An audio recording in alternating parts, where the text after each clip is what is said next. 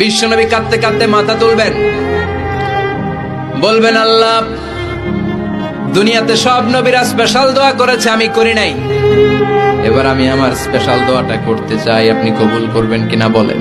আল্লাহ বলবেন, নবী কি আপনার দোয়া বলেন? বিশ্বনবী বলবেন, আমার একটা উম্মত যার অন্তরের মধ্যে যাররা পরিমাণ ঈমান আছে, একবার আপনারে আল্লাহ বলে ডেকেছে, একবার আমি বিশ্বনবীর উপর দুরূদ পড়েছে, একবার শাহাদাতের বাণী আমার যে গুনাহগার উম্মত দুনিয়ার বুকে থেকে ঘোষণা দিয়েছে, ওই একটা উম্মত যদি জান্নাতে ঢুকতে না পারে, আপনি আমারে জান্নাতে ঢুকাতে পারবেন না। আল্লাহ বলবেন, সাল তুতা, সাল সাল তুতা, ওয়াশফা তুশাফা, শাফাত করেন নবী করেন, যার জন্য দোয়া করবেন আমি কবুল করে নেব। দুনিয়াতে বিশ্বনবী কম কষ্ট সহ্য করে নাই। 3 বছর শিয়াবে আবি তালেবে জেল খেটেছে। কয় বছর? দুর্ভিক্ষের বছরগুলোতে বিশ্বনবীর পেটে দানা পানি ছিল না।